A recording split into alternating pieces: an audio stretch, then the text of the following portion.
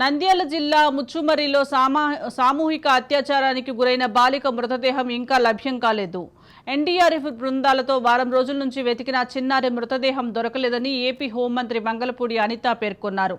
ముచ్చుమర్రి బాధిత బాలిక కుటుంబానికి ఏపీ ప్రభుత్వం ఆర్థిక సహాయం ప్రకటించింది. బాధిత బాలిక కుటుంబానికి ఏపీ ప్రభుత్వం నుంచి 10 లక్షల రూపాయలు ఆర్థిక సాయం అందిస్తామని హోంమంత్రి అనిత తెలిపారు. విజయనగరంలో జరిగిన దారుణ ఘటనపై సైతం మంత్రి అనిత స్పందించారు. విజయనగరంలోని ఊయల్లో ఉన్న 6 నెలల పసికందుపై అత్యాచారం చేయడం దారుణమన్నారు. తాగిన మైకంలో ఓ వృద్ధుడు నెలల పాపపై అత్యాచారం చేయడం రాష్ట్ర వ్యాప్తంగా సంచలనంగా మారింది. ఈ ఘటనపై ఏపీ సీఎం చంద్రబాబు సమీక్షించారు. లిక్కర్, డ్రగ్స్ మీద ఉక్కుపాదం మోపాలని సీఎం చెప్పారని హోంమంత్రి అనిత తెలిపారు. అమ్మాయిలపై అఘాయిత్యాలు జరిగితే నిందితులను చట్ట ప్రకారం కఠినంగా శిక్షించేలా చర్యలు తీసుకోవాలని ఆదేశించినట్లుగా చెప్పారు.